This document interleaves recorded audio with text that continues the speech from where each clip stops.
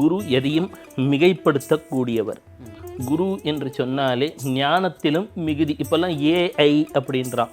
ஆயுதங்கள் கூட ஏஐ பயன்படுத்தின ஆயுதங்கள், செயற்கை நுண்ணறிவுன்னு.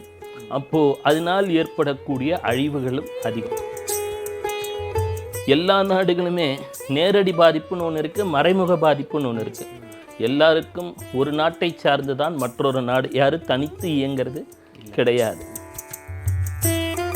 வெளிநாடுகளில் பலர் படிக்கிறார்கள், பலருக்கு வேலை அங்கே தான் இருக்கிறது. எல்லார் வீட்லையும் யாரோ சொந்தக்காரங்க ஃபாரினில் இருப்பாங்க. பிரார்த்தனை தான் கை கொடுக்கும். இந்த கோயில் அந்த கோயில்னு சொல்ல மாட்டேன். இப்போ உலகத்தில் அங்கங்கே பிரச்சனை இருக்கும்போது நீங்கள் இந்த கோயிலை 10 தடவை சுற்றுங்கன்னா அது நடக்கக்கூடிய செயல் கிடையாது. இந்த 6 ஆண்டு 7 ஆண்டில் மனிதர்கள் என்ன நினைக்கிறாங்க, எங்கேயோ சண்டை நடந்துட்டுருக்கு, நம்ம எங்கேயோ டிவியில் பார்க்குறோன்ட்டு. ஆனால் இருக்கிறது ஒரு பூமி தான், ஒரு வானம்தான். என்ற இளைஞர்கள்லாம் நாங்கள் எனக்குன்னு ஒரு பாதையை வகுத்துக்கணும் அப்படின்னு இருக்கணும். வெறும் படிப்பில் வரக்கூடிய மார்க்கு இது வாழ்க்கை இல்லை அப்படின்னு உணரணும். நாம் இருக்கக்கூடிய இந்த ஆசியா கண்டம் முழுவதும் மிக பெரும் சிக்கல்களை, சவால்களைன்னு அப்படியே கனவுல ஆட் பண்ணிக்கோங்க. இப்போ தான் படத்தோட ட்ரெய்லரோட முதல் பக்கத்தையே பார்க்குறோம். தமிழர்களின் நம்பர் 1 சாய்ஸ் தமிழ் மேட்ரிமோனி. இப்போது புதிய அறிமுகம் ஆச்சி ஹோட்டல் சாம்பார் 50 கிராம் ரூபாய் 20 மட்டுமே. குமுதம் பக்தி நேயர்களுக்கு வணக்கம். எங்கே பார்த்தாலும் உலகமே ஒரு அச்சத்தில் இருக்கும். ஏன் அப்படின்னா போர் நடக்குது, அதனால நமக்கு என்ன பாதிப்பு நடக்க போகுது அப்படின்னு நம்ம இந்தியாவில் இருக்கிறவங்களாகட்டும், அதுக்கப்புறம் வளைகுடா நாடுகளில் இருக்கிறவங்களுக்கெல்லாம் ரொம்பவே பாதிப்பு. அங்கே நிறையா தமிழர்கள் எங்கேயும் இருக்காங்க இல்லையா, அவங்களுக்கெல்லாம் எப்படி நம்ம சொந்தக்காரங்க நல்லா இருப்பாங்களா, எப்போ திரும்ப வருவாங்க, இந்த மாதிரி பல கேள்விகள், பல பயத்தோட மக்கள் இருக்காங்க. அதற்கு இன்றைக்கி தீர்வு காண்ற வகையில் நம்ம அதாவது எப்படி இருக்க போகுது வரப்போகிற வருஷங்கள்லாம் அப்படிங்கிறத நம்ம தெரிஞ்சுக்க இருக்கோம். பவானி ஆனந்த் அண்ணா எக்ஸ்க்ளூசிவாக நம்மளுடைய குமுதம் பக்தி நேயர்களுக்காக இந்த வரப்போகிற ஒரு 5-6 வருஷம் எப்படி இருக்க போகுது, நம்ம என்ன பண்ணணும் அப்படிங்கிறத முன்கூட்டியே கணித்து நமக்கு சொல்ல இருக்காங்க. ஸோ வீடியோவை ஃபுல்லாக பாருங்கள். இப்போ நம்ம கூட அண்ணா இருக்காங்க, கேட்டு தெரிஞ்சுக்கலாம். வணக்கம் அண்ணா. வணக்கம் தம்பி, நல்லா இருக்கீங்களா? நல்லா இருக்கேண்ணா, ரொம்ப நன்றி. நீங்கள் எப்படி இருக்கீங்க? அற்புதமாக இருக்கேன். வெள்ளைக்கொம்பன் விநாயகனது பேரொரு கருணையினாலே குமுதம் பக்தி நேயர்கள் வாழ்க்கையிலே அனைத்து நலமும் வளமும் பெருகட்டும். தம்பி, ஒரு அற்புதமான விஷயத்தை சொன்னீங்க. என்னென்னா, உலகம் முழுவதுமே இப்பொழுது அமைதி தேவை. எல்லாருடைய தேடலுமே பணம் என்றதை தாண்டி இப்போ என்னென்னா நிம்மதி வேணும் சார், உலகம் அமைதியாக இருக்கணும்னு உணர துவங்கிட்டாங்க. அதுவும் நீங்கள் எந்த ராசியாக வேணா இருக்கலாம். நீங்கள் 12 ராசியிலே எந்த ராசியாக இருந்தாலும் நீங்கள் வசிக்கக்கூடிய பகுதி தான் உங்களது நிம்மதியை தீர்மானிக்கிறது. வீட்டுக்கெல்லாம் நீங்கள் என்ன வேணால் வாஸ்து பார்க்கலாம், உங்களுக்கு தனிப்பட்ட முறையில் நீங்கள் என்ன வேணால் ஜாதகம் பார்க்கலாம். ஆனால் நீங்கள் வாழக்கூடிய நாடு அமைதியாக இருந்தால் உங்கள் இல்லத்திலும் உள்ளத்திலும் அமைதி குடிகொள்ளும். அதைத்தான் வராகமிஹிரர் என்று சொல்லக்கூடியவர் 2000 ஆண்டுகள் முன்னால் கணிக்கிறார்.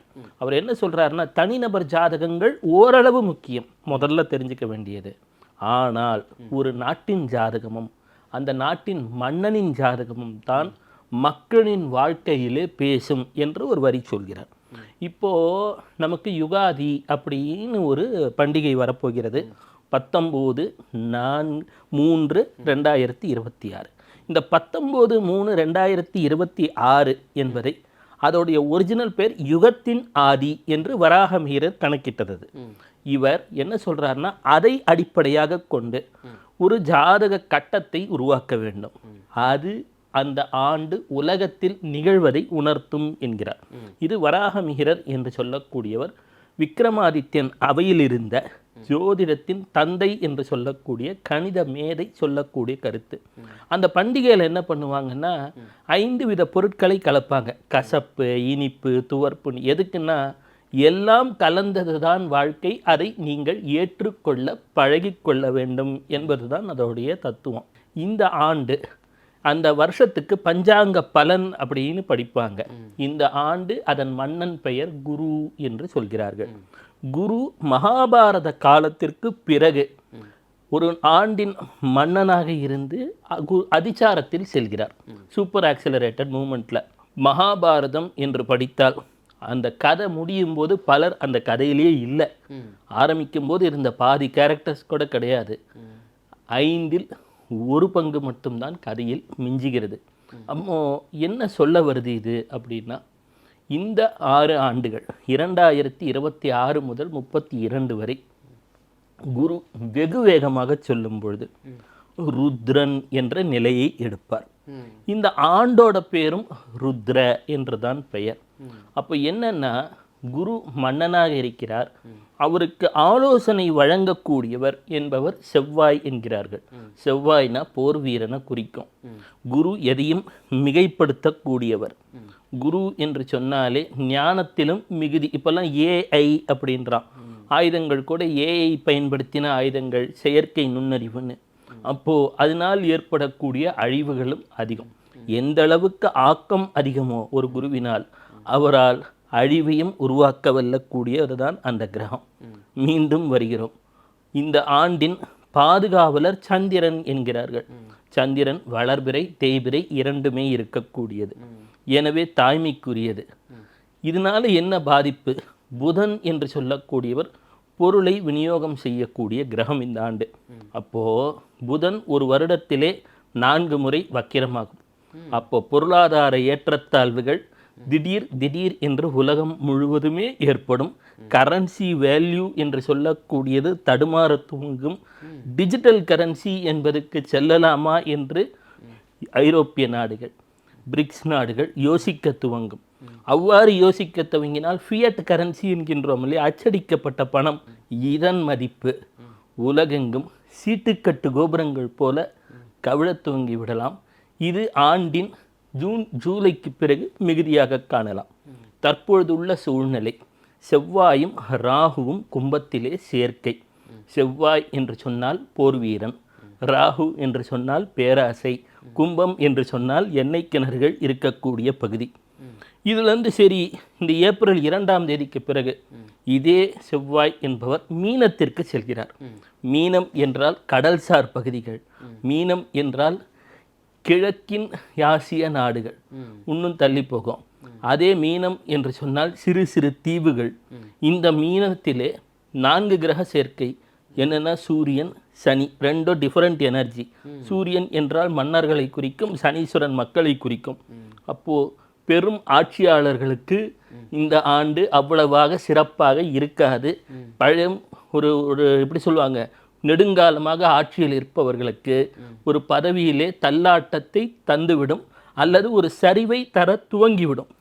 மீள முடியாத சரிவாக இருக்கலாம். அதே போல மீண்டும் வருகிறோம். அங்கே செவ்வாய் சேரும் பொழுது 8லே கேது இருப்பார். எங்கன்னா நமது சிம்மத்திலே. இந்த கேது மகத்தை நோக்கி செல்கிறார்.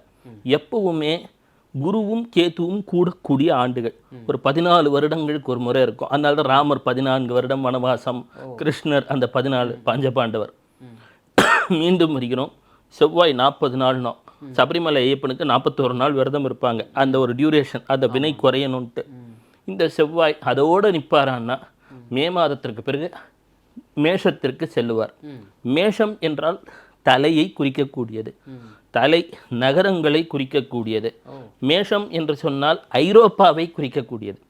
இப்போ என்ன ஆகும், இந்த பிரச்சனை இதோட முடியுமா அப்படின்னா, தற்காலிகமாக மே மாதத்திற்கு மேல் ஒரு நிவாரணத்தை தருவது போல இருந்தாலும் இது சற்று ஐரோப்பா வரை நீள துவங்கலாம். அப்போது ஐரோப்பா அப்படின்னு சொன்னால் உலகின் பல்வேறு நாடுகளின் பொருளாதாரம் என்று ஒன்று இருக்கிறது. நமக்கு எல்லா நாடுகளுமே நேரடி பாதிப்புன்னு ஒன்று இருக்குது, மறைமுக பாதிப்புன்னு ஒன்று இருக்குது. எல்லாருக்கும் ஒரு நாட்டை சார்ந்து தான் மற்றொரு நாடு, யாரும் தனித்து இயங்கிறது கிடையாது. இப்போது பொருளாதார ரீதியிலே இது உலகெங்குமே விலைவாசி ஏற்றங்களை வெகுவாக தரக்கூடிய ஆண்டாக அமைந்து விடலாம். மேலும் குரு கடகத்திற்கு வருகிறார் இந்த வருடத்தில். இந்த ஜூன் ஜூலையெல்லாம் கடகத்தில் உச்ச குருவாக இருந்து சனீஸ்வரரை அவர் பார்ப்பார். அப்போ 9ஆம் பார்வை, அது விரைய வீடான மீனத்தில். எல்லாரும் என்ன நினைக்கிறான், குரு பார்த்தால் நன்மைன்னு. குரு பார்த்தால் அதோடைய செயலை அதிகப்படுத்தி விடுவார். குரு சனீஸ்வரனை பார்த்தா அதுக்கு பேர் தரித்திர யோகம்னு பேர். இந்த தரித்திர யோகம் என்று சொன்னால் கரன்சிகளின் விலை விழுந்து விடும். நாம் ஒன்று புரிஞ்சுக்கணும், யோகம்னு சொன்னால் அதெல்லாம் யோகம் கிடையாது. ஜாதகத்தில் சிலர்லாம் குரு புஷ்ய யோகம்னு, அப்படின்னா துறவியாயிடுவான்னு அர்த்தம். கல்யாணம் ஆகலைன்னா நீங்கள் விட்டுருவீங்களா? அப்போது குரு புஷ்ய யோகம். அதே போல் வெளிநாட்டுக்கு போனால் தோஷம்னுவான். இப்போ வெளிநாட்டுக்கு போனால் வேலை கிடைக்குமான்னு இருக்கா, வெளிநாடு போகிறதுக்கு யோகம் இருக்கான்னு கேட்குறான். வாழ்க்கையின் கண்ணோட்டங்கள் மாறி விட்டது.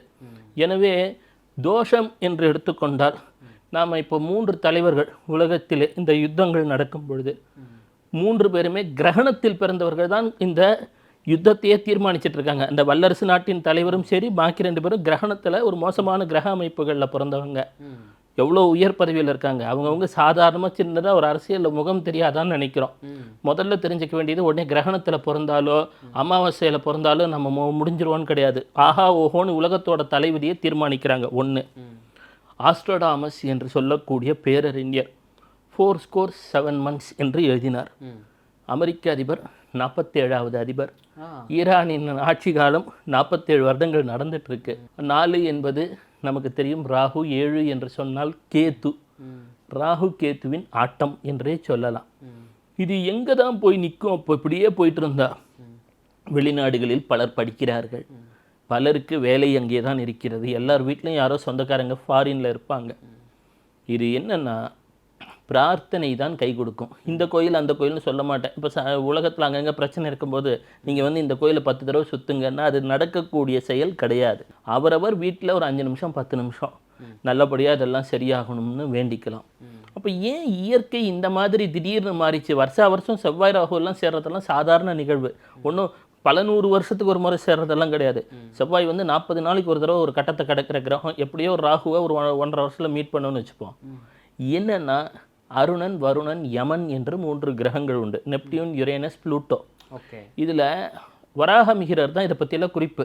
இன்னைக்கு புதுசாலாம் ஒன்றும் சொல்லலை. அவர் வராகமிகிரர் என்ன சொல்கிறாருன்னா, இந்த கிரக அமைப்புகளில் வெளிவட்டார கிரகத்தில் ஒரு கிரகத்தை கண்டுபிடிச்சு அந்த கிரகத்து கண்டுபிடிக்கிற ஆண்டில் என்ன வெளிப்படுதோ அதனுடன் சேர்ந்து ஒரு குறிப்பிட்ட சூழலில் செவ்வாய் வரும் பொழுது அது சார்ந்தவை மீண்டும் நிகழ துவங்கினார். ப்ளூட்டோ என்று சொல்லக்கூடியது 1930களில் கண்டுபிடிக்கப்பட்டது. அப்போது தான் இந்த அணு ஆயுதத்தெல்லாம் கண்டுபிடிச்சு விட்டானுங்க. திருப்பியும் செவ்வாய் அந்த காம்பினேஷனில் வந்தால் என்ன ஆகும்? உலகத்தில் அணுவினால் பழுது வர ஆதிசிவன் அவனே காப்பு. ஒரே வார்த்தையில் சொல்லணும்னா நாம் நினைப்பது போல இது சாதாரண விஷயங்கள் கிடையாது. ஏனென்று சொன்னால் எல்லாரும் சொல்கிறோம் இயற்கை மாசுபாடுன்னு. இத்தனை ஆயுதங்களும் உலகத்திலே ஏதோ ஒரு கெமிக்கல் ரியாக்ஷனை ஏற்படுத்திடும். பிரபஞ்சத்தின் தட்பவெட்ப நிலை வெகுவாக மாற துவங்கிவிடும். இந்த 6 ஆண்டு 7 ஆண்டுல மனிதர்கள் என்ன நினைக்கிறாங்க, எங்கேயோ சண்டை நடந்துட்டு இருக்கு, நம்ம எங்கேயோ டிவியில் பார்க்குறோன்ட்டு. ஆனால் இருக்கிறது ஒரு பூமி தான், ஒரு வானம் தான். அது இயற்கை தட்பவெட்ப நிலையை மாற்றிச்சுன்னா அவங்களுக்கு மட்டும் இல்லை, உலகம் எல்லாத்துக்குமே. ஏன்னா இந்த பக்கம் அந்த அண்டார்டிகான்ற பனிப்பாறை நல்லா இருந்தால் தான் நாம் நல்லா இருக்க முடியும். நம்ம கண்ணுக்கு தெரியாத தொலைவில் இருக்கக்கூடிய ஒரு செயல் நமக்கு பாதுகாப்பை தந்து கொண்டிருக்கிறது. இது அண்டார்டிகா என்று சொன்னால் பனி பிரதேசம் என்றேன். சனீஸ்வரர் பனிப்பிரதேசத்தை குறிக்கக்கூடியவர். இன்னும் 2.5 ஆண்டுகளில் இந்த சனீஸ்வரர் அப்படியே மேஷத்துக்கு போவார். வெப்பம் சார்ந்த கிரகம். அங்கே சனீஸ்வரர் நீச்சமடைவார். ஐஸ் கட்டியை வெளியில் வச்சா வெயிலில் உருகும். இதுதான் அதோட கான்செப்ட். இப்போ இதுக்கெல்லாம் தீர்வே இல்லையான்னா கடவுள் இந்த பிரச்சனை எதையுமே தரல, நாம மனிதர்கள் உருவாக்கி கொள்ளக்கூடியது. ஏன்னா வராகமிகிரர் தெளிவாக சொல்கிறார், எப்பொழுது தரித்திர யோகம் செயல்படும் என்றால் எங்கே உணவை மதிப்பதில்லையோ, எங்கே குருவை மதிப்பதில்லையோ, தனக்கு தந்தவற்றை எவன் மதிப்பதில்லையோ அவனுக்கு இவையெல்லாம் வேலை செய்யும் என்று சொல்கின்றார். அவருடைய நூல்களில் எங்கேயுமே பரிகாரம்ன்ற வார்த்தையெல்லாம் கிடையாது. இப்போ புதுசாக நாமளே நிறைய பரிகாரங்களை கண்டுபிடிச்சு இதையெல்லாம் செய்தால் தீர்வு வந்துவிடும் என்றெல்லாம் சொல்கின்றோம். ஆனால் ஒரேடியா இந்த பரிகாரங்களை செய்வது கூட ஒரு நெகட்டிவ் வைப்ரேஷனை உருவாக்கியிருக்கலாம். என்ன காரணம்னா, அம்மா அப்பாவுக்கு சோறு போட்டுட்டு பரிகாரம் பண்ணேன் சார், நீங்கள் எனக்கு நல்லது நடக்கணுன்ற மாதிரி தான் இருக்கும். நம்ம கோயிலுக்கு போயிட்டு சாமிக்கு பரிகாரம் பண்ணிடுங்க, நான் ஒரு அர்ச்சனை பண்ணிட்டேன் எனக்கு கொடுத்துருப்பா அப்படின்னா அந்த கடவுள் நம்மளை தண்டிக்க மாட்டார். பிரபஞ்சம் சேர்த்து வைத்து, பாருப்பா நீ இறைவனையே இப்படி கேலி பேசுகிற, நீ ஏதோ அவனுக்கு படி அளக்கிறதா நினச்சிக்கிட்ட, அதுவும் நாம் என்னென்ன அதை செஞ்சுட்டு ஏங்க அவருக்கு அதை பரிகாரத்தை பண்ணிட்டேன் 48 நாள் ஆச்சு, ஏங்க இன்னும் ரிசல்ட் வரல, அப்படிதான் எல்லாரும் கேட்பாங்க. ஆமாம், இதெல்லாம் சேர்த்து ஒரு வினையின் தாக்கத்தை பூமியில ஏற்படுத்தி விட்டது. அந்த வினை அதாவது கடவுள்கிட்ட வியாபாரம் பேசுறது, குரு கிட்ட எடை போடுறது, என்ன சொல்லுவாங்க, உறவுகளை மதிக்காமல் இருப்பது, இவங்க வந்து என்னென்னா அம்மா அப்பா நமக்கு உயிர் கொடுத்தானே நினைக்கிறல. அந்த காலத்தில் எங்கள் ஒரு 10 வீடு டி நகரில் வாங்கி போட்டிருந்தா இன்றைக்கி நான் ஏன் இப்படி கஷ்டப்பட போகிறேன், அது க்ளூஸ் எல்லா சொத்தையும் அழிச்சிருச்சுன்னு வேண்டியது. அப்புறம் போய் நீ என்னதான் சாமியை கும்பிட்டாலும் இறைவன் மன்னிக்க மாட்டார். பெத்த தாய் தகப்பனை மதிக்க மாட்டேன்ற, குருவை மதிக்க மாட்டேன்ற, அல்டிமேட்டாக கடவுள்கிட்ட போனாலும் வியாபாரம் பேசுகிறோம். கடவுள் இருப்பாரா? இயற்கை வாயில்லா பிராணிகளையும் மதிப்பது கிடையாது. எல்லா பக்கமும் வினையை சேர்த்து வச்சிருச்சு கலெக்டிவாக உலகம். இப்போ இந்த கலெக்டிவ் கர்மா வச்சு செய்யுது. இது 12 ராசியில் எந்த ராசியாக இருந்தாலும் சரி, நான் சொல்லுவேன், ஒரு ஊரில் ஒரு துறையில் ஒரு 80% வேலை போச்சுன்னா எல்லா ராசிக்காரனுக்கு தான் வேலை போகுது. எனவே இங்கே தனிநபர் ஜாதகங்கள் பேசப்போவது கிடையாது. இதற்கு ஒரே தீர்வு, மனமுருகி பிரார்த்தனைகள் செய்து, இறைவா ஏதோ தெரிஞ்சும் தெரியாமலும் தப்பு பண்ணிட்டோம், இனிமேவான எங்களை மன்னிச்சு விடுன்னு கேட்கலாம். இந்த சூழல்லாம் எப்போ ஜோதிட ரீதியாக மாறுறதுக்கு கொஞ்சம் வாய்ப்பு இருக்குது. குரு என்பவர் சுவாதி நட்சத்திரத்துக்கு வர வேண்டும். அப்போது அதுவரை நாங்கள் என்னத்தான் செய்வது? ஏதாவது ஒரு ஆற்றலை வளர்த்து கொள்ளுங்கள். இனிமேல் நான் சொல்கிறேனே, இது வேலைக்கு செல்பவர்களின் காலமெல்லாம் மாறிடும். இப்போ என்னென்னா, இந்த 10 to 5க்கு வேலைக்கு போகிறேன், எனக்கு ஒரு சம்பளம் வருது, ஒரு கம்ஃபர்ட் ஜோனில் இருக்கேன், இதெல்லாம் இன்னும் கொஞ்ச நாளில் போயிடும். என்ன ஆகும்னா, ஃப்ரீலான்சர்ஸ் என்று சொல்கிறோம் இல்லவா, உங்ககிட்ட திறன் இருந்தால் மட்டுமே. நான் சொல்லுவேன், 1980கள் 90களில் கல்விகள் மாறிச்சு. நிறைய கணினிசார் படிப்பு படித்தவங்களுக்கு தான் மதிப்பு அப்படின்னு வந்தது. இனி என்னாகும், யாரெல்லாம் ஒரு திறனை வளர்த்து கொள்கிறார்களோ அவர்களுக்குத்தான் ஒரு வேலையை ஏற்படுத்தி கொள்ளக்கூடிய சூழல் இருக்கும். வேலை கிடைப்பதை விட ஏற்படுத்தி கொள்ள முயற்சி செய்ய வேண்டும். இன்றைய இளைஞர்கள்லாம் நாங்கள் எனக்குன்னு ஒரு பாதையை வகுத்துக்கணும் அப்படின்னு இருக்கணும். வெறும் படிப்பில் வரக்கூடிய மார்க்கு இது வாழ்க்கை இல்லை அப்படின்னு உணரணும். ஏன்னா இனி இருக்கக்கூடிய வாழ்க்கை முறை என்பது இன்டகிரேட்டடாக மாறிடும். மனிதர்கள் ஏஐ இரண்டும் சேர்ந்து செயல்படக்கூடிய தன்மை. அதில் ஏஐ மனுஷனோட கொஞ்சம் நல்லா தான் இருக்கும், ஒர்க் பண்ணோம். ஏன்னா அது வந்து அதுக்கான மெமரி பவர் வேறு இருந்தாலும் நமது திறனை வளர்த்து கொள்வதிலே தவறு கிடையாது. விவசாயத்திற்கு முக்கியத்துவம் தர வேண்டும். ஏனென்று சொன்னால் இந்த தட்பவெட்ப மாறுதல்லாம் சொல்கிறேன் இல்லையா, உலகெங்குமே மழை பெய்தால் ஒரேடியாக அடிக்க ஆரம்பிச்சிடும், வெயில் வந்தாலும் ஒரேடியாக தான் ஆகிடும். இந்த பக்கம் கடல் சீற்றமும் அதிகம் காட்ட துவங்கி விடலாம். ஏனென்றால் இயற்கை என்பது ரொம்ப ஒரு சென்சிட்டிவான விஷயம். ஏதோ ஒன்று மாறிடுச்சுன்னா எல்லாமே மாறிடும். நாம் என்ன நினைக்கிறோம், மனிதர்கள் தான் எல்லான்னு. மனிதர்கள் ஒன்றுமே கிடையாது இந்த பிரபஞ்சத்தில், ஒரு சின்ன ஒரு புள்ளி. ஆனால் மனிதனின் ஆசை பேராசையாக மாற துவங்கி விட்டது. 6-7 வருடங்கள் குரு சுவாதி நட்சத்திரம் வரும் வரை பல்வேறு சிக்கல்கள். ஆனால் எப்போ இந்த குரு சுவாதிக்கு வருவார்? 2031-32 வந்துடுவார். அதுக்குள்ளேயே வந்துடுவார். 6 வருஷம். இது என்னன்னா, ஒரு சந்தோஷப்பட வேண்டிய ஒரு இது அப்படின்னா, சனீஸ்வரர் ரோஹிணி நட்சத்திரத்தை கடக்கும் பொழுது, இது வந்து சனி சஞ்சார சம்ஹிதா அப்படின்னு வராகமிகரர் எழுதியிருக்கிறார். நாம் இருக்கக்கூடிய இந்த ஆசியா கண்டம் முழுவதும் மிக பெரும் சிக்கல்களை சவால்களைன்னு அப்படியே கனவுல ஆட் பண்ணிக்கோங்க. இப்போ தான் படத்தோட ட்ரெய்லரோட முதல் பக்கத்தையே பார்க்குறோம். ஒன்றுமே இல்லை, சும்மா ஒரு சின்ன சாம்பிள். முதல்ல எளிமையான கேள்வி இருக்கிறதுலே இந்த வருடம்னு வச்சுக்கோங்க. 2027 இன்னும் கொஞ்சம் டஃப்பான கேள்வின்னு வச்சுக்கோங்க. 2028-29 கொஞ்சம் ரெஸ்ட்டுன்னு வச்சுக்கோங்க. 2030-31 இதோடைய அடுத்த பிரம்மாண்டத்தை கொஞ்சம் பார்க்கலாம்.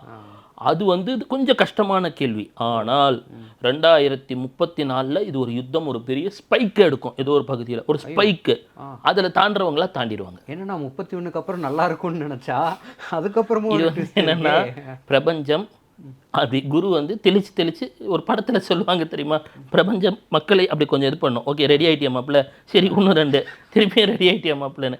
ஆனால் கவலைப்பட தேவையில்லை. இதில் நான் ஒரு விஷயம் சொல்லுவேன். அப்போது மருத்துவ பேரிடர் காலத்தில் கேத்து மக்கள் வந்து எப்படின்னா ஆரம்பிக்கும் போது பயமுடுத்திருச்சு, போகும்போது அப்படி போயிடுச்சு. இப்போ ராகு ஆரம்பிக்கும் போது ரொம்ப சிம்பிளாக தான் ஆரம்பிக்கிறாரு, முடிக்கும்போது எப்படி முடிப்பாருன்னு பார்க்கணும். ஆனால் இதெல்லாம் தீர்மானம் பண்ணுறது இறைவன் தான். அதனால் என்னென்னா பயப்பட தேவையில்லை. ஆனாலும் இப்போவே ஸ்கூலில் வாத்தியாரை மிரட்டியிருந்தீங்கன்னா, சார் என்னை மன்னிச்சிருங்க சார், நீங்கள் தான் என்னோட குருன்னு ஒரு பாவ மன்னிப்பு கேட்டுருங்க. வீட்டில் மனைவி கிட்ட ஒரு மன்னிப்பு கேட்டுருங்க, ஏதானு திட்டியிருந்தா. அம்மா அப்பா கிட்டெல்லாம் ஒரு சாரின்னு கேட்டுருங்க. உறவுகளை சீர்படுத்தி கொள்ள துவங்குங்கள். இயற்கையை மதிக்க துவங்குங்கள். அங்கங்கே குப்பையை போடாதீங்க. குளத்தை வந்து தூய்மையாக வச்சுருங்க, ஆற்றை தூய்மையாக வைத்திருங்கள். நீரின்றி அமையாது உலகு. நீர் அது ஒரு பெரிய சக்தி. நாம் வந்து ஆக்கத்துக்கும் அவளால் முடியும், அந்த பராசக்தினால அழிவுனும் அவளால் முடியும். நாம் தூய்மையாக வைத்திருக்காத போது ஒரு டம்ளர் நீர் கூட கிடைக்காமல் உலகத்தில் மாறுவதற்கும் வாய்ப்பு உண்டு. கரெக்டாக உங்களுக்கு? ஏனென்றால் பிரபஞ்சத்தை மனிதன் மதிக்கவில்லை. இவன் போய் எல்லாம் என்னென்னா எல்லாத்துக்கும் பரிகாரம் அப்படின்னு கடவுளை பரிகாசம் பண்ணிட்டான். பொய் சொல்லாமல் சொல்லணுன்னா நம்ம இது பண்ணால் எனக்கு எல்லாம் இது பண்ணுவார். ஒரு கோயிலில் போனால் லைனில் நிற்கிறோமா? நிற்கிறது கிடையாது. நம்ம எல்லாத்துலேயுமே ஃபாஸ்ட்டாக இருக்கணும்னு நினைக்கிறோம். சரி, எல்லாமே ஃபாஸ்ட்டாக இருக்கணும்னு நினைக்கிறேன்னு அதுக்கு பிரபஞ்சம் பூமியை ஃபாஸ்ட் ஃபார்வர்டில் திருப்ப துவங்குது. ஓகே, நாம் என்னன்னா, இறைவா என்னை மன்னிச்சிரு, நான் தெரியாமல் தப்பு பண்ணிட்டேன். ஏன் இவனுங்க பண்ண தப்புக்கு நாம் மன்னிப்பு கேட்குறோன்னு நினைக்கக்கூடாது. ஏன்னா இவங்களில் நாமளும் ஒரு பகுதி. பிரபஞ்சமே ஒரு எல்லாம் யுனைடெட் தான். எனவே கவலை வேண்டாம். நான் சொல்லுவதை போல 6 வருடங்கள் எல்லாம் சரியாயிரும். இப்படி கண்ணை மூடி கண்ணை திறக்கிறதுக்குள்ளே பாருங்கள் 3 மாதம் ஓடிடுச்சு இந்த வருஷம். அதனால் முக்கியமான விஷயம், இந்த 6 வருஷம் 7 வருஷத்தில் நெகட்டிவான செய்திகளை பார்க்காதீர்கள். ரொம்ப நெகட்டிவிட்டியை வளர்த்துக்காதீங்க. எல்லாம் நல்லதே நடக்கும்னு நினைங்க. அது பயமுறுத்தக்கூடிய எந்த விஷயத்தையும் பார்த்து பயப்பட வேண்டாம். தேவையற்றவற்றை ஃபேஸ்புக்கிலோ யூடியூப்லையோ பகிர வேண்டாம். அது சொல்லுவாங்கள்ல, சமூக வலைத்தளங்களில் நல்லவற்றையே பாருங்கள், நல்லவற்றையே பேசுங்கள், நல்லவையே நடக்கட்டும். இப்போ இந்த 6 வருஷம் நம்ம வீட்டில் இருந்து இந்த மாதிரி சுற்றி இருக்கிறவங்க கூட எல்லாம் அவங்களுக்கு கரெக்டாக எந்த டிஸ்டர்பன்ஸும் கொடுக்காம உறவை மதிச்சு இருந்தால் போதும் அப்படின்னு சொல்லி, அவ்வளோதான், அவ்வளோ முடியும், போதும். இது பண்ணாவே சிம்பிளாக வீட்டில் தான் 4-5 காய்கறி வளர்த்து வச்சுக்கோங்க. எப்பயானா அதை எடுத்து சாப்பிட்டுக்கலாம். ஓகே, சரி, ரொம்ப அழகாக சொன்னீங்கண்ணா. ஆனால் இப்போது உலக அளவில் இப்படி சொன்னீங்க. இது கொஞ்சம் சமீபமாக ஏதாச்சும் ஒரு ப்ரீத்திங் ஸ்பேஸ்ன்னு சொல்லுவாங்க இல்லையா, அந்த மாதிரி டெம்பரவரியாக கிடைக்கிறது மேலே ஒரு ப்ரீத்திங் ஸ்பேஸ் கிடைக்கும் எல்லாருக்கும். ஏன்னா நான் சொன்ன மாதிரி இது இன்ஸ்டால்மெண்ட்டாக எக்ஸ்ட்ரா மென்டல் இல்னஸ்ன்னு சொல்லுவாங்க இல்லையா, அது போல தான் இறைவன் வந்து நமக்கு பிரபஞ்சத்திலே பரீட்சைகளை தருவார். மேக்கு மேலே ஒரு ப்ரீத்திங் ஸ்பேஸ் கிடைக்கும். திருப்பியும் ஜூன் ஜூலைக்கு மேலே ஒரு பரீட்சை நடக்கும். திருப்பி ஒரு 2 மாதம் கழிச்சு அக்டோபருக்கு மேலே கொஞ்சம் பரீட்சைகள் கடுமையாகவும் இருக்கும். 2027 பிகினிங்கில் நடக்கிறது தான் ஒரு 6 மாதம் கொஞ்சம் யுத்தம்னா சீரியஸாக இதுதான் யுத்தமானு இருக்கும். இப்போ நடக்கிறதுலாம் ஒன்றுமே கிடையாது. இதுக்கே முடியல இல்லை பாவம் மக்கள்.